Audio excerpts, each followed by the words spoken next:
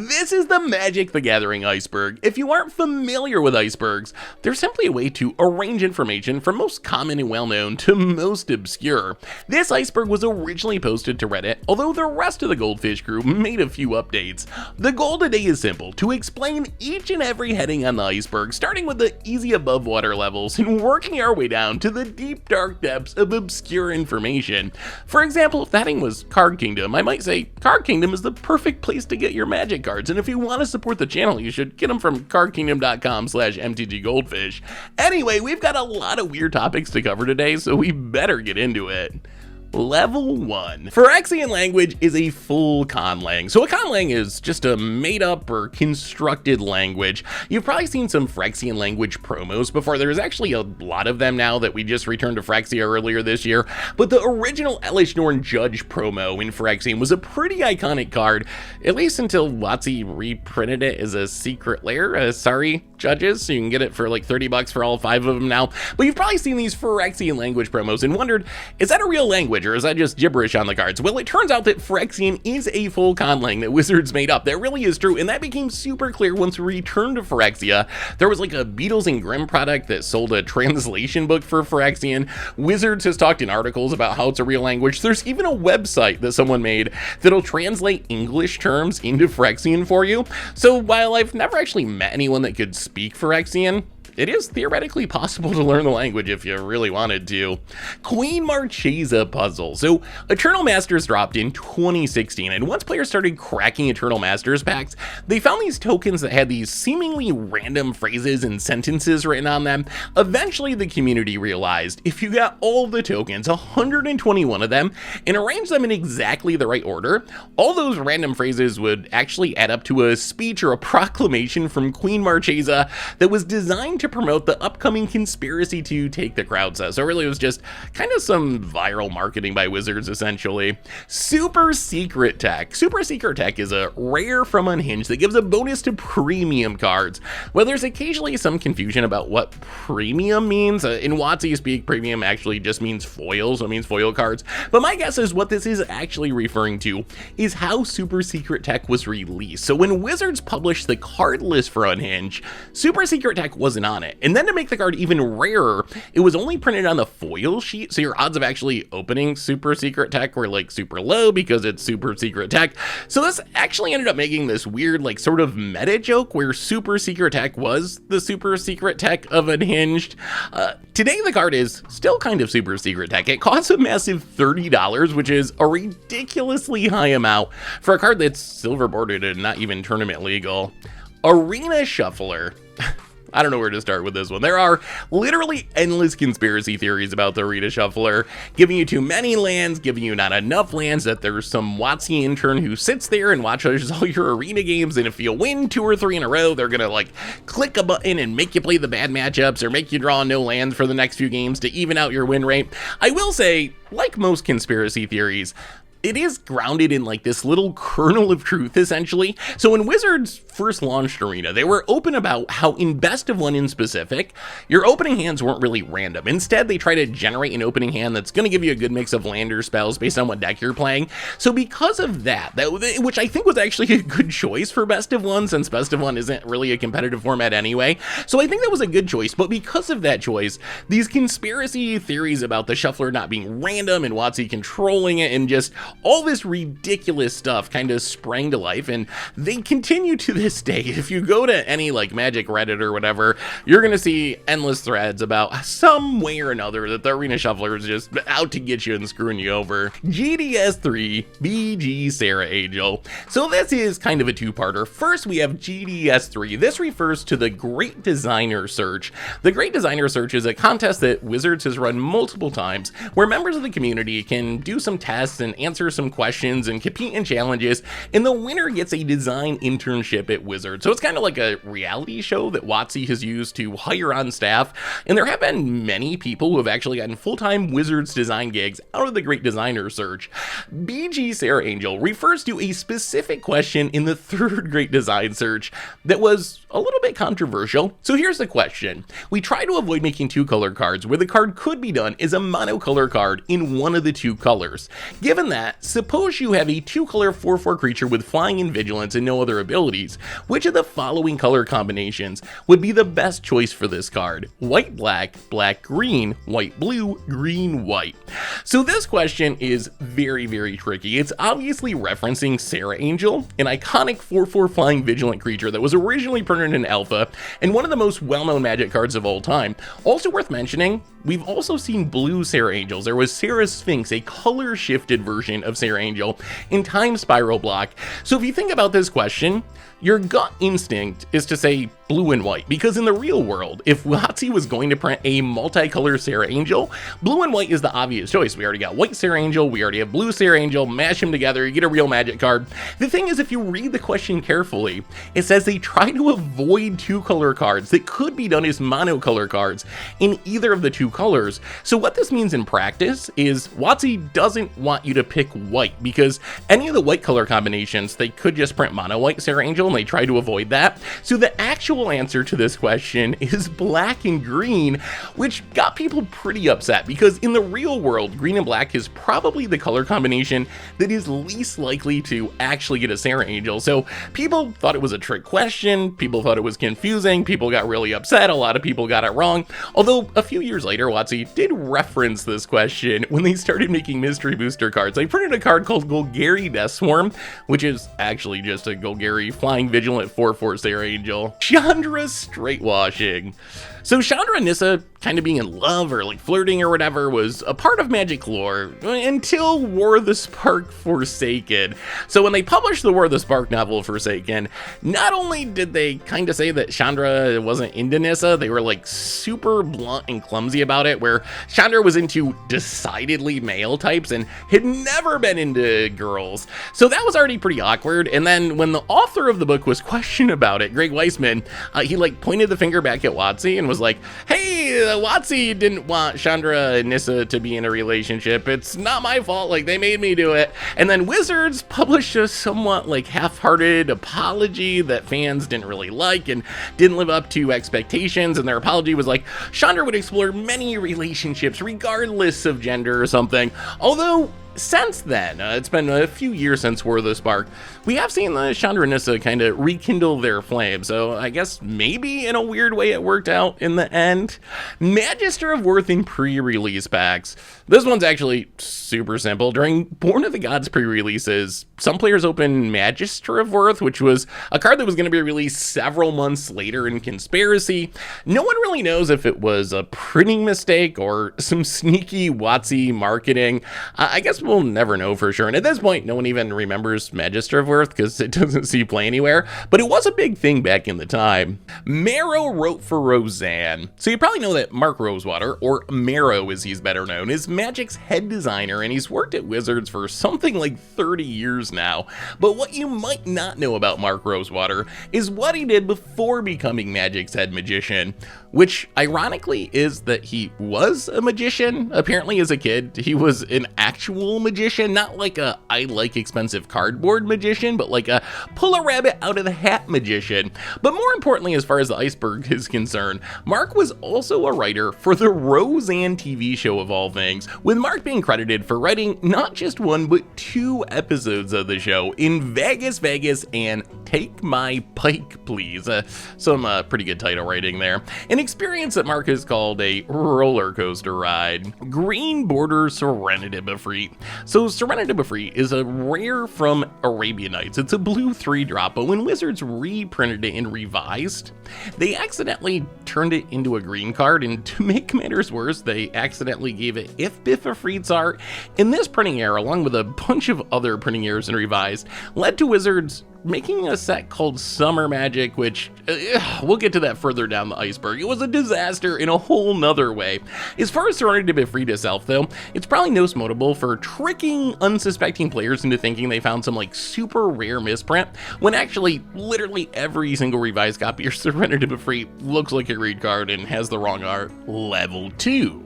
The reserve list. So honestly, I think this one should probably be above water on the iceberg, because I think everyone knows about it at this point. But if you don't know about the reserve list, here's the story. So back in the early 90s, Wizards printed a set called Chronicles. Chronicles was the first ever reprint set, essentially a master set, where they took a bunch of really scarce rare cards from sets like Legends and reprinted them in Chronicles in white border. When they released Chronicles, the prices of the cards they reprinted just crashed, like not just the new white border printings, but the old original printings as well. And this made collectors very, very upset. You know, the people who, like, for their kids' college fund were investing in Palladium Morse and Nicole Bolas's, they were very unhappy that the price of their cards went down, so they started to complain at Wizards. Once the collectors started to freak out, this caused Wizards to freak out, and Wizards essentially said, all right, here's what we're gonna do, guys. We're gonna create the reserve list, and we're gonna put cards on this list every set, and we promise we will never, ever, ever in a million years reprint any of these cards. And honestly, Wizards is mostly held to that promise even till today. So at the time, the reserve list might have been a good thing. It might have been a necessary thing. The game might have actually shriveled up and died without Wizards doing something. On the other hand, I think today the reserve list is pretty much all downside. I think players hate the reserve list. That's very clear. People who sell cards, like big vendors, hate the reserve list. Like a decade ago, there was actually a big meeting with like Star City Games and all these big vendors going to Wizards about getting rid of the reserve list, but it didn't happen. Some WotC people are against the reserve list publicly. I think outside of maybe like Rudy from Alpha Investments, everyone else just hates the reserve list at this point. But apparently it's never going to go away. Outside of the Feroz's ban mistake, there have been a couple of times where they've changed the reserve list. Back in the early 2000s, Alpha Commons and Uncommons were on the reserve list, like Demonic Tutor and Soul Ring. But due to overwhelming public support, Wizards ended up removing them from the reserve list, which is a good thing, because could you imagine if these cards couldn't be reprinted? My God, would they be expensive now? There was also this foil loophole to the reserve list, where Wizards could reprint cards on the reserve list if they were only in foil. So they printed a Phyrexian Negator in a dual deck in foil, but the collectors, of course, someone, you know, had their college fund in Phyrexian Negators, got very upset. No, so they closed that as well. And then more recently we had 30th Anniversary Edition, which seems like a break of the reserve list based on a lot of things that Mark Rosewater has said about the reserve list actually not letting them print gold bordered versions, not tournament legal versions of the cards. So TLDR, the reserve list, Wizards created it 30 years ago. At the time, it might have been necessary to save the game, but now it's pretty much all downside, but Wizards still refuses to get rid of it. The Gathering Storm emails. So the Gathering Storm emails, we're going back to War of the Spark era here. So War of the Spark is known for having literally the worst Magic lore and story of all time. The book has horrible reviews. It was an absolute disaster. Well, during this same era, Wizards sent a 20-chapter prequel novel, The Gathering Storm, to players through email. And most players actually really like this story and consider it to be way better than like the official lore that caused all kinds of problems. And you can actually find it today if you want to. If you want to read it, you can look it up. It's on the internet, it's on Reddit and so forth. Rancored Elf Lawsuit. So this is a classic. We're going back to the early 2000s here, and it involves one of the most controversial topics in Magic, which is leaks, a topic we're still dealing with today. We just had the Pinkerton incident not that long ago, with Wizards literally sending Pinkerton after someone who leaked cards.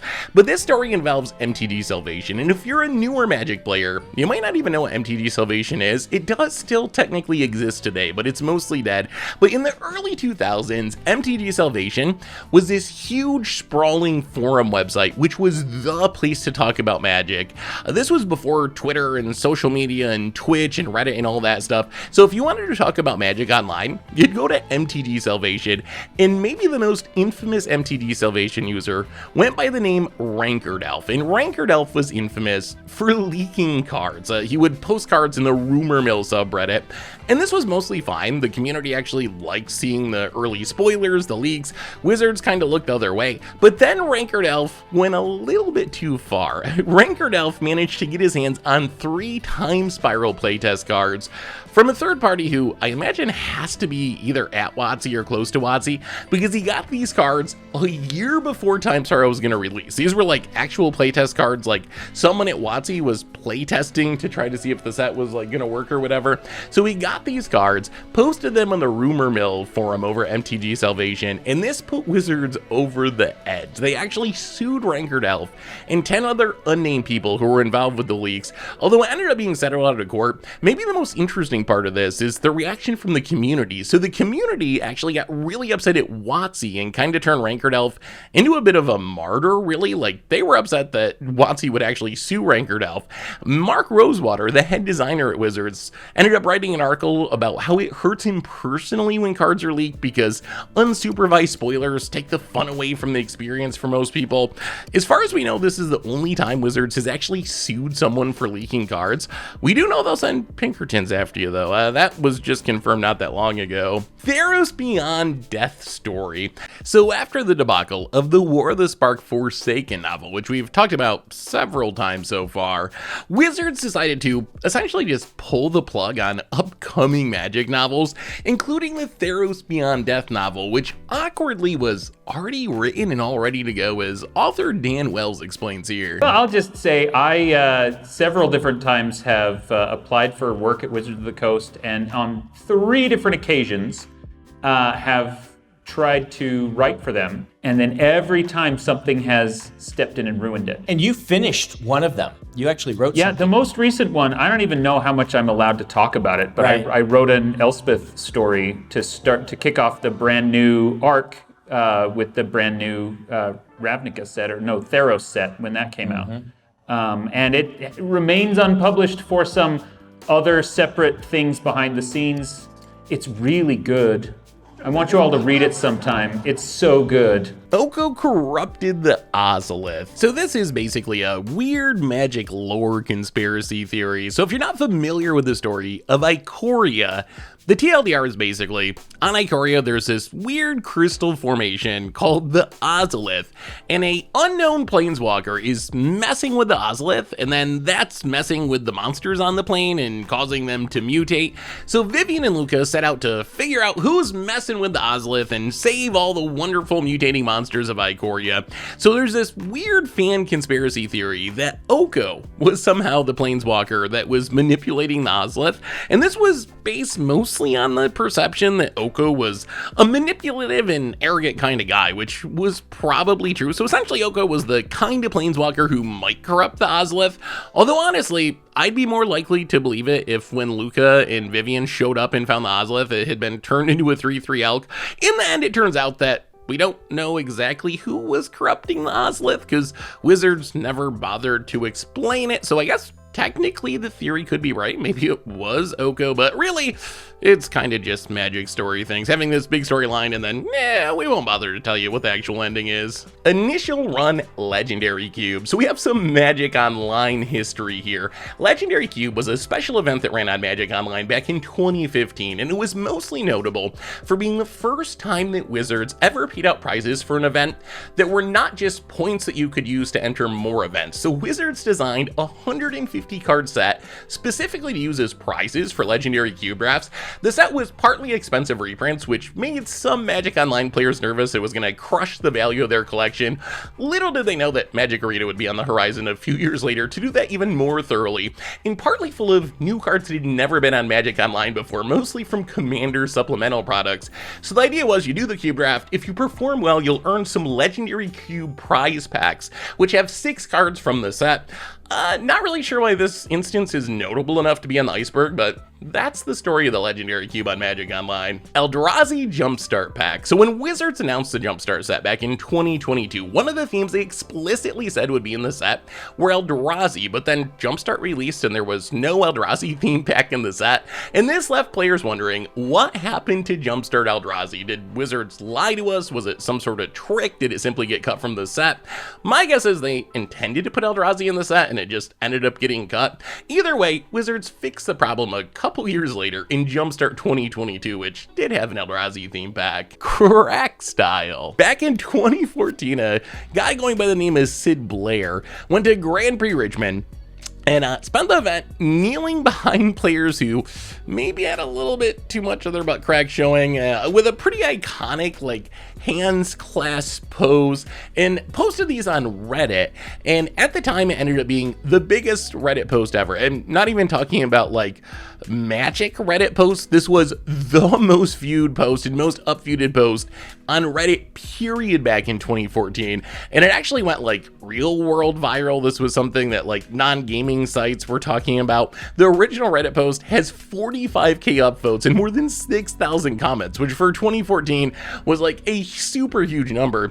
Honestly, most Magic players took the whole thing with a sense of humor and kind of just like laughed at ourselves about it. Was actually kind of funny in some ways, even if it is maybe a little bit mean. Wizards, on the other hand, didn't find it very humorous and ended up banning Sid Blair for 18 months, although Sid, I think, won in the end because his iconic praying hands kneeling pose is kind of like a major part of internet history, and it still sometimes shows up in memes to this day. Glistening Oil on Ixilin. So this refers to a very memed on MTG Salvation post by a user going by the name of Robot. So Robot had a theory. They thought the card Fountain of Vigor, a Modern Horizons 1 card showing off the Ixilin plane, meant that the Phyrexians were going to invade Ixilin. So this was way back in 2019, and everyone pretty much made fun of them for their harebrained theory, and doubly so because they managed to misspell Ixilin in the title of their post. And you know the internet's not going to let something like that go. But it turns out Robot got the last laugh because they were right, and the Phyrexians did invade Ixilin in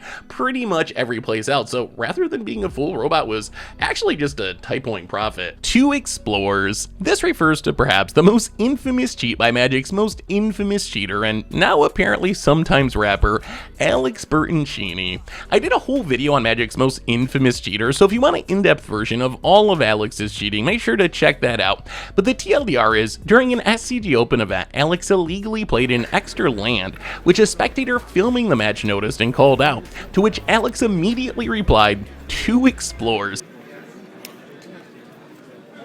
What turn is it? Citing Explore, a card that lets you make an extra land drop, is the reason he had so many lands on the battlefield. When the cameraman points out that even including 2 copies of Explore, Alex still had too many lands on the battlefield, Alex's unsuspecting opponent actually chimed in to defend Alex, saying he had done it correctly. You should have 5 lands off to explore. I think he played an extra land.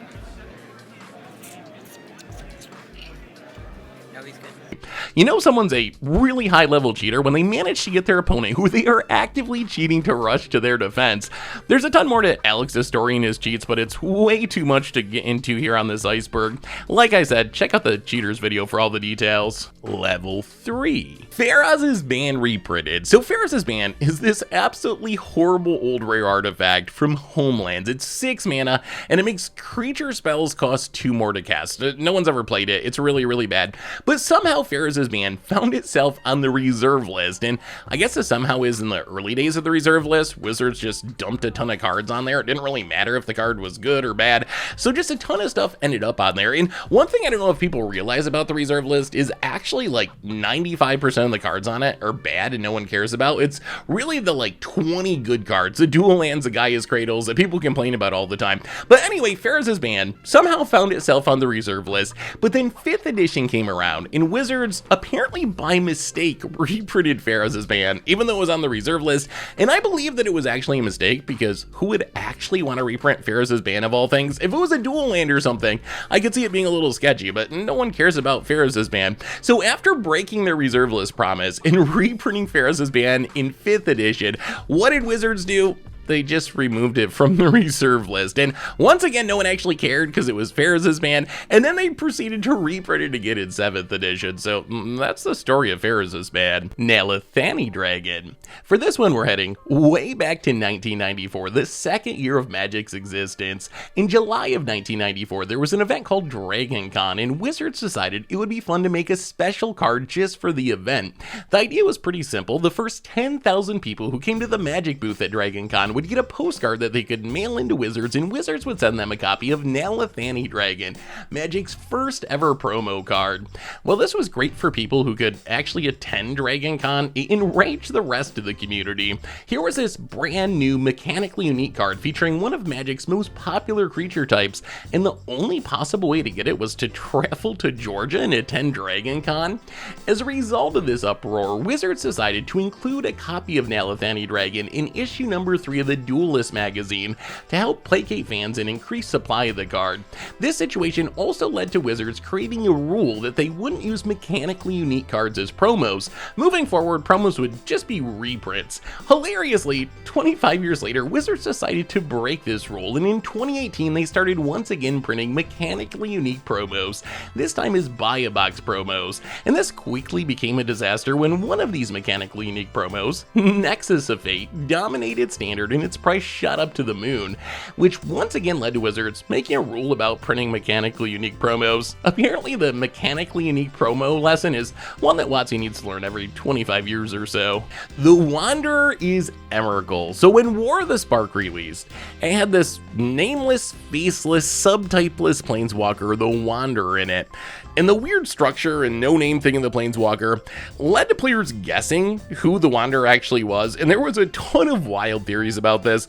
The Wanderer is Elspeth, or the Wanderer is Mu Yangling, or Ugin, or Serra, but the wildest theory, and definitely the most memed on, was the theory that the Wanderer was somehow Emrakul. The reasoning, which doesn't make much sense to me, is that Emrakul was imprisoned on the moon of Innistrad, but somehow manifested itself into a humanoid planeswalker called a Miria, based on some weird theories about the art of the Wanderer and how the Wanderer's exile ability is kind of like Annihilator if you squint really hard. We later learned that when we returned to Kamigawa, all these theories were actually wrong, and the Wanderer actually was the Wanderer, the Wandering Emperor, the current Emperor of Kamigawa. But at the time of War of the Spark, no one knew what it was, and a lot of people were guessing. $40 Arabian Nights Mountain. So Arabian Nights was the first ever Magic expansion set way back in 1994, and Wizards' initial plan for the set is they were going to print Arabian Nights with a new card back. It was going to have this pinkish card back, and Wizards' thinking was, we're going to have one card back, the one that's on any Magic card today, for our base sets, so Alpha, M10, core sets, and then expansion sets would have this new different card back. So you'd be able to tell by looking at the back of the card, is it from a base set or an expansion set? The problem with this plan is Wizards would have to print a bunch of new basic lands in Arabian Nights because it's the early 90s and no one played their decks in sleeves, so you couldn't have mismatched card backs, or you'd be able to tell where the Arabian Nights cards were in your deck. So with the last minute, Wizards pulled the plug on this idea, and they're like, all right, we're just going to use the normal card back. We're not going to print any basic lands in Arabian Nights. But somehow a single basic mountain ended up slipping through and was printed as an uncommon in Arabian Nights, which led to a huge lack of supply. As far as we know, there's only like 30,000 Arabian Nights mountains in existence, which might sound like a lot, but there's like millions of copies of cards printed today. So it's actually like a tiny, tiny, tiny number. In the lore of this mountain, the whole story about the different card back and all of that, along with just the lack of the supply, led to it being like $40 a decade ago. Today, it's going to cost you something like $300 to get a near mint copy of an Arabian Nights mountain. Dack Fayden Retcon. So Dack Fayden was billed as the greatest thief in the multiverse when he was just printed, which made players pretty upset when Wizards killed off Dack Fayden during the trailer for War of the Spark.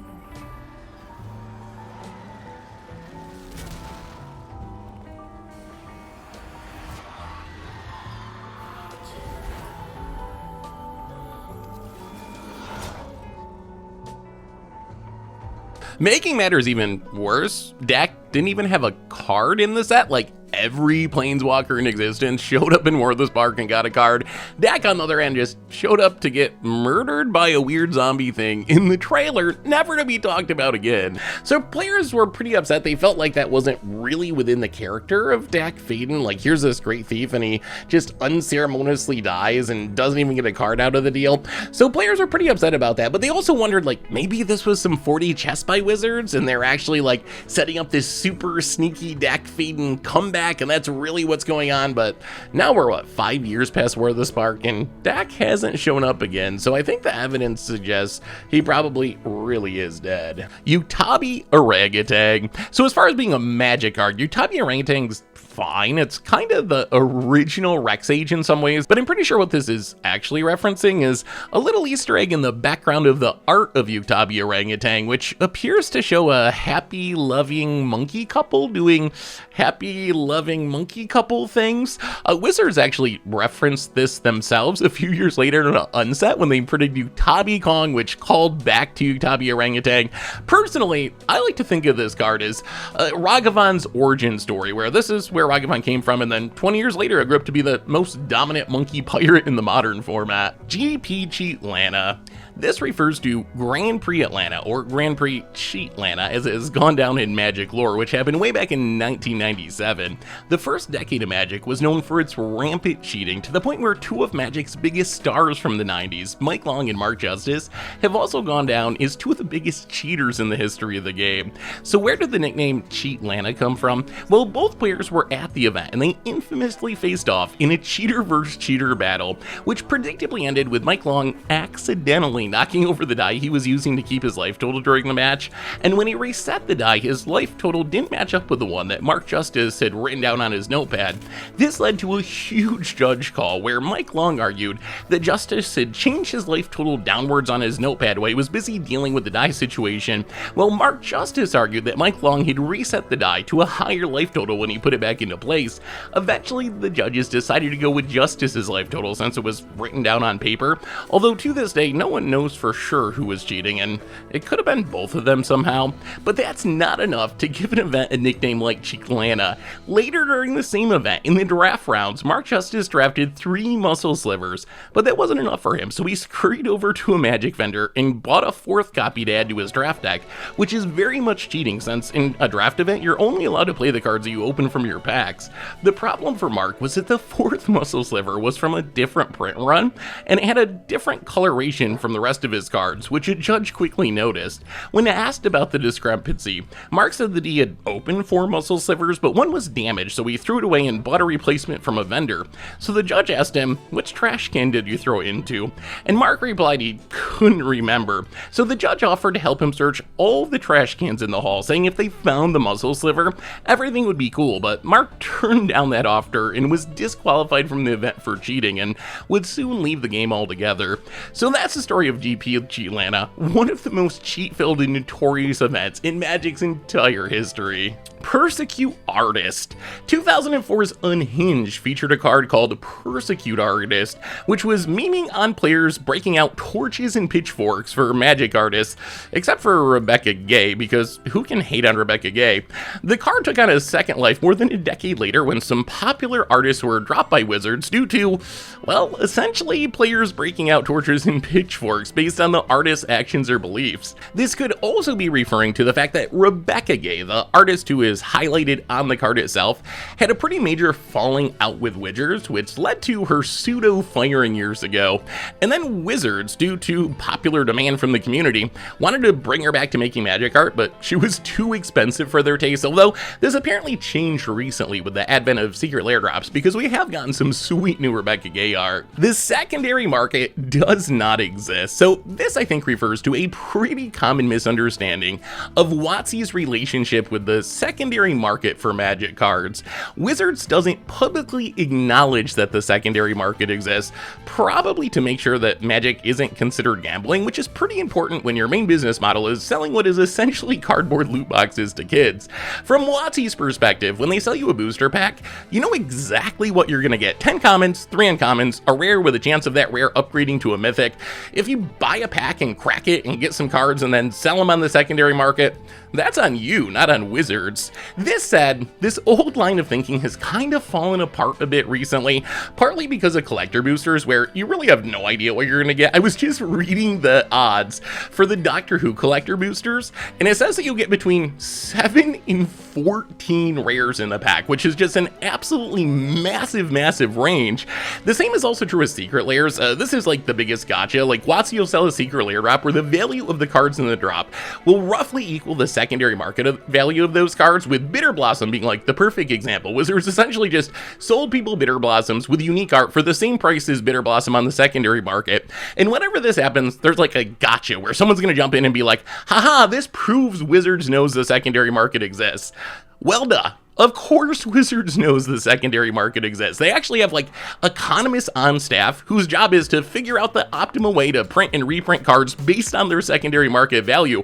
Wizards has never said that the secondary market doesn't exist or that they don't pay attention to it. It's actually like the whole foundation of what Wizards does. Like the secondary market has a massive influence on what shows up in sets and commander precons and all of that stuff. Wizards just doesn't talk about it publicly. A fun fact from MTG Goldfish, years ago we had a series called Pennywise Pauper, but Wizards actually messaged us and said they couldn't feature it on their website back when they used to like post people's content on their website because the name suggested that Magic cards actually have secondary market value. So we ended up changing the name to Playing Pauper based on that feedback. That's how strict they used to be about this. If you watch WotC content, you'll start to pick up on some code words they use to describe card prices without explicitly mentioning them, like this reprint will make the card more accessible. Accessible is like a dead giveaway for actually will lower the price, but WotC just can't say lower the price because that would be acknowledging the secondary market. I will also say that this rule seems to have softened over the years. Back in the day, if you got a spoiler card from WotC, you couldn't list the card's price in the article that you posted spoiling the card because that would run afoul of their rules. While WotC doesn't talk about card prices publicly, they seem less worried about third-party people doing it. Like now you can post prices in your preview article and no one cares, but a decade ago that was actually a really big deal. Level 4. MTG is Turing Complete. A Turing machine is a mathematical model describing an abstract machine invented by Alan Turing back in the 1930s. Over the course of Magic's life, there's been a bunch of articles and videos about building a Turing machine out of Magic cards, which has led researchers to conclude that Magic might actually be as computationally complex as it's possible for a tabletop game to be. If you want to hear more on this topic, there's a really awesome video by Because Science called I Build a Computer Out of Magic: The Gathering that is going to explain this way better than I could, so definitely make sure to check that out. Void cards. So back when original Jumpstart released in 2020, someone cracked open a booster pack and found that all of their cards had the word void printed across them in massive letters. Apparently these were test cards that were never supposed to be released to the public, but somehow slipped out into a pack. Misprints these days are not worth nearly what they used to be because the quality of Magic printing has dropped so much that they're just not so scarce or rare anymore.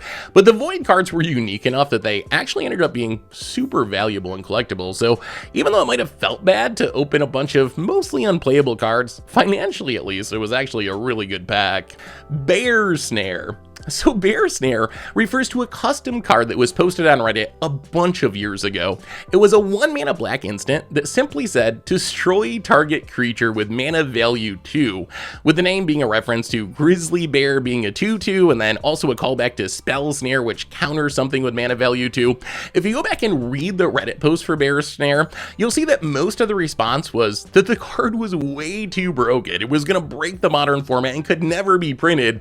And then like 6 months later, Wizards printed a strictly better version of Bear Snare in Fatal Push, which not only kills something of mana value 2, but it kills anything 2 or less, and can kill things 4 or less if you can trigger Revolt. So turns out that even if the community thought Bear Snare would be broken, apparently Wizards did not. Abash and Garuda Hearthstone. So we're going to keep this short and sweet. It would be very easy to derail the video here and go on a 15-minute rant about how messed up the companion mechanic was, how big of a mistake WotC made, how they should have known better. But let's stick just to Abash and Garuda Hearthstone. So if you don't remember Abash and Garuda, they were two of the Ikoria companions. They were the ones that cared about your deck being either all odd or all even mana value cards.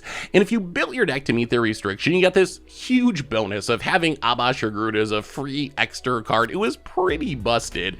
The Hearthstone part of this refers to one of the biggest reasons that WotC really should have known better than to print these cards and the companion mechanic at all. So a couple of years before Wizards released Abash and Garuda in the rest of the Companions in Ikoria. Hearthstone, a competing card game that you probably heard of because it's pretty popular, printed 2 cards that look an awful lot like Abash and Garuda, to the point where you could argue Wizards just kind of ripped off the Hearthstone designs in Baku the Moon Eater and Gen Greymane. So these cards, much like Abash and Garuda, required you to play either all odd or even mana value cards, and if you did that, you got this massive bonus from the start of the game of upgrading your hero power or making your hero power cost 1 less. And it turns out these cards were like historically broken in Hearthstone. Like, they absolutely destroyed the game. They were the first cards to ever have to be banned in Hearthstone. It was a straight up disaster. So apparently Wizards saw this happen in Hearthstone and were like, we want in on that action. Well, why don't we print Baku again in Magic? I'm sure it'll go great. And predictably, it ended up destroying the game of Magic, just like Baku again destroyed the game of Hearthstone. Wizards had to errata a bunch of cards, ban a bunch of cards. It was an absolute nightmare. So yeah, that's the story of Abash and Garuda Hearthstone. WotC really should have known better. That one still confuses me. Balance Judge gift card errata. So back in the old days of Magic, there were these people called judges who would go to events and make sure people played by the rules. You could ask them questions.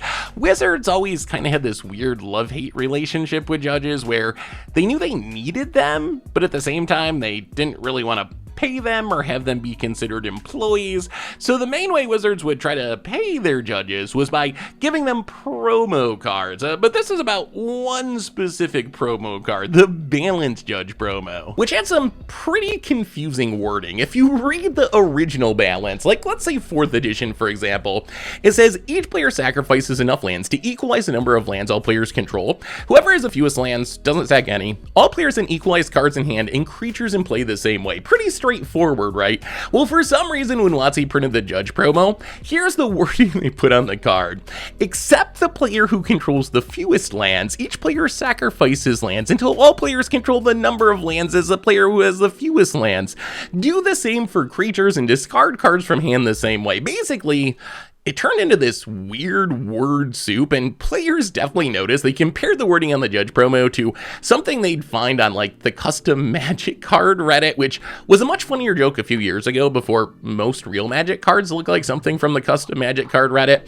It is worth noting that the official rules text actually looks much more like the original wording than the more recent Judge promo. Akandu Cyclops. I'm not even going to say anything about this one. I'm just going to put the art of a Akandu Cyclops on the screen, and I'm sure you can figure it out. It's one of the only pieces of Magic art where the namesake character is letting it all hang out, let's say. Addictive Ink. So this is essentially an old Magic internet meme. We all know Magic's addictive. I mean, the game's nicknamed Cardboard Crack after all. But if you browse around on the Magic internet from like 10, 15 years ago, you'll see some posts suggesting that the reason the game's so addictive is that Wizards put some sort of addictive substance into the ink of Magic cards to try to get players hooked. Most of these posts are obviously just memeing on the idea. Some of them seem surprisingly serious. I don't know, maybe some people actually believe that, as ridiculous as it sounds.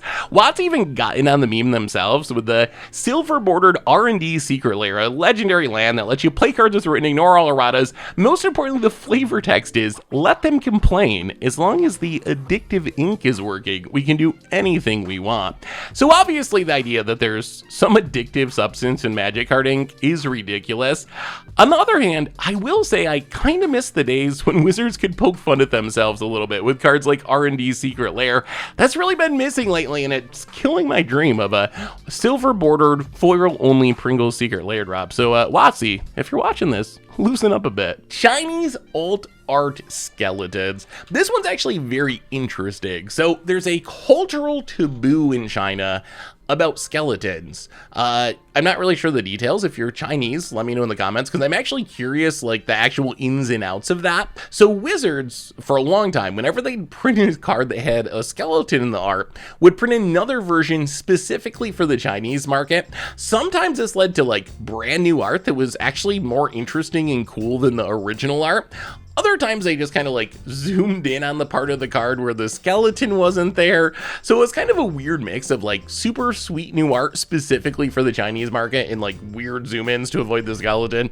But yeah, apparently skeletons no go in China. MTG Finance insider trading. So the Magic finance community doesn't always have the best reputation with players. A lot of Magic players view finance types as kind of the crypto bros of the community, buying out cards, pumping and dumping, making the game more expensive for everyone else, all to try to make a quick buck off a cardboard. There have been some big insider trading scandals over the years. The one I remember most was the MTG Deep Throat scandal, which, don't Google that one, I made that mistake myself, but there was an account that showed up out of nowhere on Twitter going by @MTG Deep Throat, and this account claimed that big Magic vendors were getting access to full set lists for master sets months and months before everyone else, and using this non-public information to manipulate the market. They'd dump all the copies of cards they had that they knew would be reprinted before prices would drop.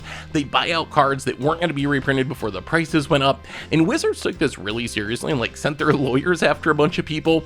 Although in the end, nothing came of it, and the Deep Throat account ended up posting a thing about they had been misled or something and apologized and deleted their account. It was super weird. It's also worth mentioning that in a legal sense, insider trading doesn't even exist in Magic because the Magic market's unregulated. In the stock market, if you trade on non-public information, there's actual authorities like the SEC that can come in and fine you or throw you in jail. None of that exists in Magic, so really insider trading in a technical sense doesn't exist. Although really, even though you're not going to go to Magic jail for being scummy, it would be nice if people acted ethically and did the right thing once in a while. Level 5. Chandelar 2. So Chandelar is the first ever Magic digital game, came out way back in 1997, and it holds a pretty special place in a lot of Magic players' hearts. A lot of players really love this game. Fun fact about Chandelar, it was actually made by Sid Meier, who you might know is the creator of the Civilization game franchise, and for my money, Civilization is one of the only games in existence that actually rivals Magic in terms of depth and just how good the game design is. The two-part of this, I'm not exactly sure what that refers to. My best guess is, throughout the years, there have been several community updates to Chandelar to add new cards into the game from more recent sets, although as far as I could find, none of them have officially been called Chandelar 2, but if you want to try Chandelar and see what the nostalgia is all about, I'll leave a link in the description. The game's actually kind of fun, even if it is 25 years old now. Sorcerer's Apprentice. The Sorcerer's Apprentice was a forgettable 2010 film starring Nicolas Cage. So why is it on the Magic Iceberg? Well, one of the other characters from the movie, a character by the name of Drakestone, who was played by Toby Kebbell, was, according to the movie script, a literal magician who was, for some reason, sponsored by Wizards of the Coast, excited about showing up in a Disney movie, even one that literally no one remembers exists, like The Sorcerer's Apprentice. Wizards made some Drakestone cards to be used in the movie, including a Drakestone Planeswalker card.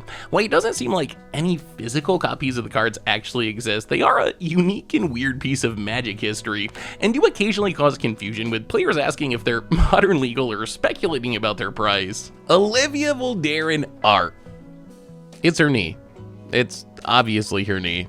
Get your mind out of the gutter. It's her knee. Just like it's her knee. Arena is rigged against free players. As we talked about a while ago with the Arena Shuffler being rigged, Magic Arena is a hotbed of conspiracy theories, but one of the biggest ones is that the game is somehow rigged against free-to-play players, with the most common theory being that if you spend money in the store, the program's gonna give you better draws or matchups for the next several games as a way to subtly encourage players to keep spending money on the game. I have never seen any proof that any Arena conspiracy theory is true, so I'm pretty sure this one isn't either. But hey, I mean, Wizards does like us spending money, so I guess I can see why someone would come up with this theory at least, because the incentive is there, because Wizards does want to, make as much profit as possible. Eldrazi monstrosity is real. Back in 2015, Wizards released dual deck Zendikar vs Eldrazi. In the spoiler thread for the deck on Reddit, a user mentioned that what they wanted to see was all the Planeswalkers staring down a horde of oncoming Eldrazi slivers and going, bleep, and then bleep gets real.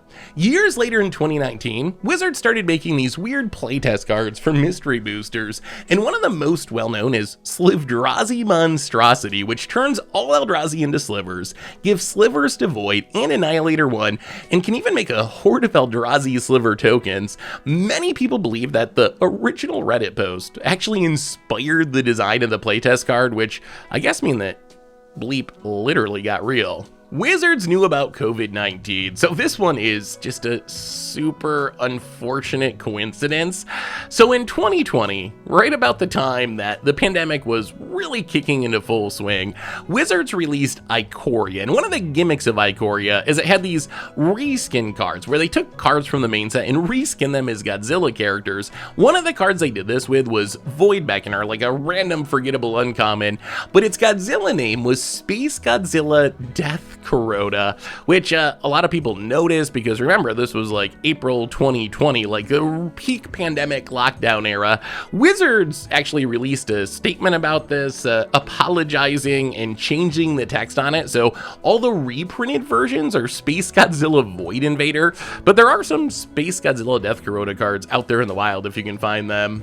Spectral Chaos. So I actually have done an entire video on Spectral Chaos because I find it a super interesting topic. So make sure to check that out if you want a full breakdown of Spectral Chaos. But Spectral Chaos was the first ever multicolor theme Magic set, and it was actually designed alongside Alpha way back in 1993, although Wizards never actually released the set. Instead, they took a bunch of mechanics and cards and ideas from the set and incorporated them into other early Magic sets like Tempest and Invasion.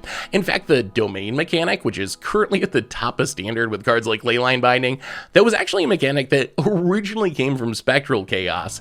So the set never officially saw print, but fans sought to change this in 2020, where someone bought all the original playtest cards from Spectral Chaos, and fans reinterpreted, reconstructed, and recovered the set and printed it as the Spectral Chaos project. You can see all the original playtest cards and the community updates over at thechaosorb.com. PT Riot. So the Pro Tour Riot happened back in 1997 at Pro Tour LA. If you want an in-depth breakdown of the event, make sure to check out the video about the plays that forced Wizards to change the rules of the game, because this is one of them. But the TLDR is a player by the name of David Mills managed to make it all the way to the finals of the Pro Tour, but along the way he gathered several warnings for playing his cards before tapping his lands, which at the time there was this weird old rule that you needed to like tap your lands first and then play your spells, which has long since been deleted from the rulebook. The last warning the judge gave Mills, he said if he did it again, he'd be disqualified from the tournament. Mills proceeded to like play really carefully and make it all the way to the finals, and then just when it looked like he was about to win the finals and be crowned Pro Tour champion, he got a little bit too excited and played a spell before tapping his lands, which led the judge to DQ him on the spot without prizes during the finals of a Pro Tour, which is the first and only time a Pro Tour has ever been decided by a disqualification. When the rest of the players at the event heard what happened, they were pretty upset. Everyone thought the rule about having to like tap your lands before playing your spells was stupid and no one really cared about it. Plus they thought that having a Pro Tour decided by a DQ reflected poorly on all of them as pro players and the game as a whole, so they did what anyone would do in this situation and riot. The pros charged the stage en masse during the awards ceremony, shouting for justice for Mills. To calm the situation, Wizards promised to give Mills his prize money, even though they had originally announced that they were not going to give him any prizes. After the riot, Wizards removed the "you must tap your lands before playing your spells" rule from the rulebook. So I guess the lesson here is that rioting apparently does work. HOTR cards don't exist. So HOTR stands for Heroes of the Realm. These are like special, not tournament legal promo cards that Wizards hands out to employees for doing good on the job, apparently. And you'll occasionally see WotC staff post about them on Twitter, how they got this one or that one because their department did good this year or whatever. Apparently there's a conspiracy theory that the cards don't actually exist, and I don't know, the Wizards just tweets fake images of them for some reason, although we've seen these cards actually show up on the secondary market on rare occasions, so we do know that they are actually real things, although they really don't matter in a broad sense because they're not tournament legal anyway, and they're super scarce because only employees get them. Level 6.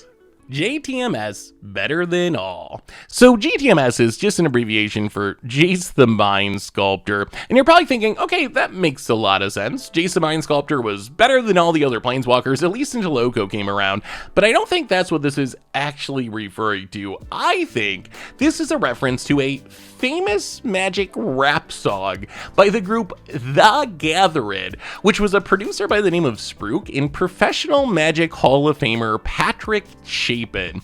So for some reason, when Chapin returned to Magic in the late 2000s, he decided to record a rap album about his love of the game, which was apparently funded by Star City Games. You can actually still buy the CD on their website today. The album has 16 tracks, all of which are about Magic, including 2 different takes with a remix thrown in of the hit single Jace the Mind Sculptor, where Chapin raps about his love of Jace and how Jace changed his life with a very repeatable hook line: Jace the Mind Sculptor better than all, Jace the Mind Sculptor better than all.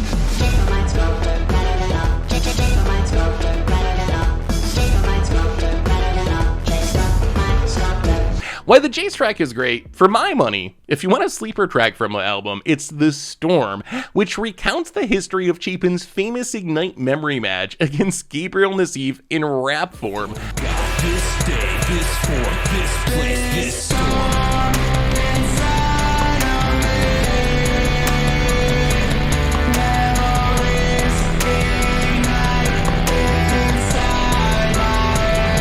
You can find the whole album on Spotify if you want to listen to it. Currently, the gathering around 225 monthly listeners. Splendid Genesis. So Magic was created by Dr. Richard Garfield, and one of the upsides of creating a game like Magic is if you're Garfield, you can make Wizards print pretty much whatever cards you want. And Garfield has taken advantage of this a few times over the years, getting custom cards printed to celebrate big events in his life. The first of these cards was Proposal, and Proposal wasn't actually a real card, it was more of a sticker on a basic land type situation, but it celebrated his marriage proposal to his then girlfriend Lilywoo. Only 9 of the proposal cards were made, which made it super shocking when one showed up on the secondary market a few years ago with a $50,000 asking price. Later in the 90s came Splendid Genesis and Fertile Exaltation. These cards celebrated the birth of Richard's first 2 children, and these were real Magic cards, printed just like any other Magic card. As far as we can tell, there's about 200 of each in existence, and they were given away to Garfield's friend and family and coworkers, things like that. Finally, in 2014 came Phoenix Art. Phoenix Art's a card celebrating Richard's second marriage to Coney Garfield, and this card is notable because it has brand new custom art by iconic Magic artist Drew Tucker. We don't know how many Phoenix Arts exist, but man, could you imagine being able to be like, hey, I'm gonna get married. Why don't I get a custom Magic card with Drew Tucker art? What a life it is to be Dr. Richard Garfield. Blue Hurricane. When Revised released back in 1994, Wizards pretty quickly realized that the set had some pretty big problems. Serendib Efreet had the wrong art, which we discussed further back on the Iceberg. There was a growing satanic panic about satanic imagery on Magic cards, and the print run itself was pretty sketchy, with the colors looking super washed out. So to fix these issues, Wizards decided to do another print run of Revised, a fixed version, which they codenamed Edgar, but would go down in Magic's history as Summer Magic, since the cards were going to drop in the summer of 1994. Just to be clear here, Summer Magic wasn't a new Magic set, it was a new print run of Revised, and they were going to put the cards in normal Revised boosters, but it turns out that Summer Magic had its own problems. The colors were too dark, a lot of artists' names were wrong or missing, and most famously, the rare green sorcery Hurricane was printed as a blue card. So because of these problems, Wizards decided to recall and destroy Summer Magic, but around 40 boxes made their way into the wild, either by accident or because the cards were given to WotC employees before they were destroyed. Well, all Summer Magic cards are super valuable just because they're so scarce. The Blue Hurricane is by far the most chased card in the set, with normal versions of it selling for like $5,000 and graded copies going for 10 or even 20 grand. Hidden art behind foil layer. So did you know there's super special hidden art behind the foil layer of your foil cards? All you gotta do to find it is rip the foil off, rip the art off, and you'll find something super cool back there. I promise, just give it a try. That's actually just the meme. Apparently this is something people say to each other on the Magic internet to try to get unsuspecting people to rip up their foil cards and search for something spectacular that isn't actually there. Please don't tear up your foils, there's no special art. Bertoncini's back. So Bertoncini is Alex Bertoncini, maybe the most infamous cheater in the history of Magic. Remember the two explorers thing from further up the iceberg? That was Bert and Genie doing Bert and Genie things. So not going to get into his full story here. It's super long. Check out the cheater video if you want the full story. But the TLDR is this. Bert and Genie would cheat a bunch. He would get caught. He would get banned from Magic for a while. He would come back. He would cheat a bunch more. He would get banned for a while. He would come back. He would cheat some more. Finally, WotC got tired of it and banned Bert and Genie for life in 2018. After he got banned for life, he kind of faded from the scene. No one really thought about him anymore until the spring of 2023 when Bert and Genie came back, not to play Magic, of course, because he's banned for life, but to rap about Magic in a song called Bert and Genie's Back by Young Mox. So in the song, you not only get to hear Magic's most infamous cheater rap, he actually spits bars about his cheats, the stuff that he got banned for life for. It is one of the most absurd and surreal things that has happened in the Magic world in a while. It's fine. I know I impressed you. When even high as a kestrel, I turn a brainstorm into ancestral. Puff, pass, and crop rotation. This is the grinding station. Wizards started as a money laundering front. So Magic cards are expensive. They're also untraceable, and they're often sold for cash. So in a lot of ways, Magic cards would be a perfect way to launder money. It's definitely not true that Wizards started as a money laundering front. Like, we know how Magic started, University of Pennsylvania, Richard Garfield. The story is pretty well documented.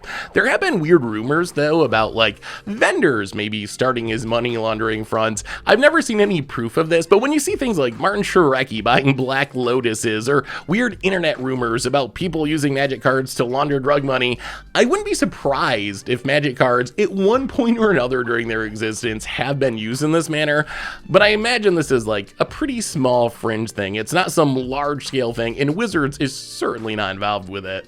Avengers Endgame is the Magic movie. So there have long been rumors about a Magic TV show or movie, and a month ago, this was essentially just a snarky joke making fun of the fact that the War of the Spark storyline looked an awful lot like Avengers Endgame, to the point where you could probably say WotC sort of just ripped off Marvel in making War of the Spark, but things are different now. Wizards announced a huge crossover with Marvel, so now I think technically Avengers Endgame is the Magic movie, since we're gonna most likely have Avengers in Magic, or at least it will be the Magic movie once the Universes Beyond Marvel crossouts start rolling out in 2025. Mox Dragon of the Lotus. So back before the internet was really a thing, the main way you would get your Magic news and keep up on prices and set releases were magazines, and one of the most famous magazines of Magic was The Duelist, which was printed through the 90s and some of the early 2000s. One of the things The Duelist would do is print fantasy cards, which were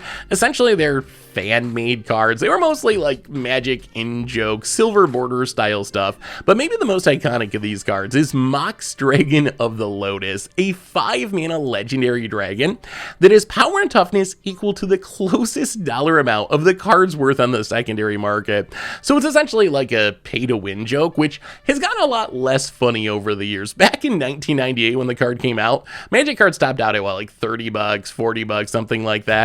Today, Magic cards are so expensive and pay to win is such a real concern that the joke might be a little bit lost on 2023 Magic players, although if they actually printed this card, it would probably be a pretty popular commander. And that brings us to the end of the Magic the Gathering Iceberg. How many of these did you know? Let me know in the comments, and if you want even more Magic, make sure to check out the video about the biggest cheaters who ever played the game, or maybe the one where we taught Arena Zoomers about the value of paying the one.